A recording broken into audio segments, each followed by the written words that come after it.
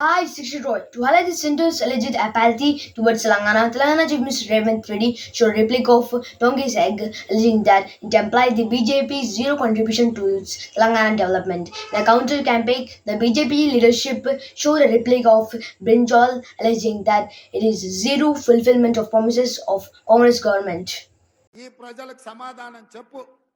ఆనాడు అయ్యో పాపం పేదోళ్ళ బిడ్డ గుండో అరగుండో ఏదో ఒక గుండు గెలవని కదా అని ఈ తెలంగాణ ప్రజలు నీకు ఓటేసిరు.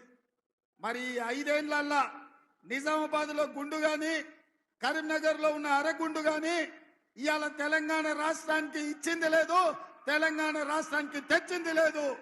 నరేంద్ర మోడీ గారు జాతీయ ప్రాజెక్ట్ ఇవ్వలేదు, నరేంద్ర మోడీ గారు ఐటీఐఆర్ కారిడార్ ఇవ్వలేదు. ఇవాళ ఈ తెలంగాణ రాష్ట్రానికి నరేంద్ర మోడీ భారతీయ జనతా పార్టీ ఇచ్చింది ఏంటంటే గాడిద గుడ్డి ఇచ్చిండ్రు. ఇగో ఈ గాడిద గుడ్డే 10 ఏళ్ల తెలంగాణ రాష్ట్రానికి నరేంద్ర మోడీ ఇచ్చిండ్రు. నేను ఇవాళ అడుగుతున్నా, మా సీనన్నని ఇట్లే పట్టుకోమంటున్నా.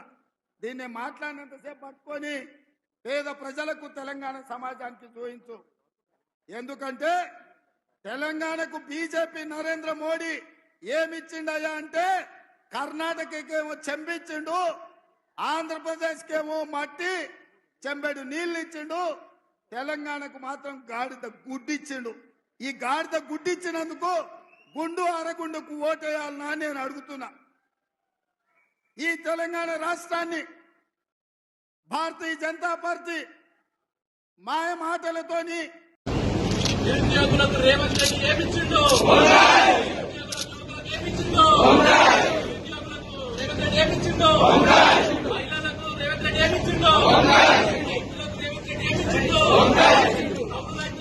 రెడ్డి ఏమిచ్చిండో, తెలంగాణ రాష్ట్ర ప్రజలకు రేవంత్ రెడ్డి ఏమిచ్చిండో, తెలంగాణ రాష్ట్ర ప్రజలకు రేవంత్ రెడ్డి ఏమిచ్చిండో, తెలంగాణ ఉద్యోగులకు రేవంత్ రెడ్డి ఏమిచ్చిండో, తెలంగాణ ఉద్యోగులకు రేవంత్ రెడ్డి ఏమిచ్చిండో, ఉద్యోగులకు ఏమిచ్చిండో, విద్యార్థులకు ఏమిచ్చిండో. మొత్తం కూడా తెలంగాణ రాష్ట్రాన్ని మోసం చేసి రేవంత్ రెడ్డి సీఎం అయ్యి తెలంగాణ ప్రజలకందరూ కూడా ఏమి లేకుండా ఉట్టి వంకాయ పెట్టిండు. మన వంకాయ సీఎం మన తెలంగాణ ప్రజలకు వంకాయ చేత పెట్టి ఏదో చేసిన గొప్ప చెప్తుండో అలాంటి సీఎం తరిమి కొట్టాల్సిన బాధ్యత తెలంగాణ ప్రజలదే.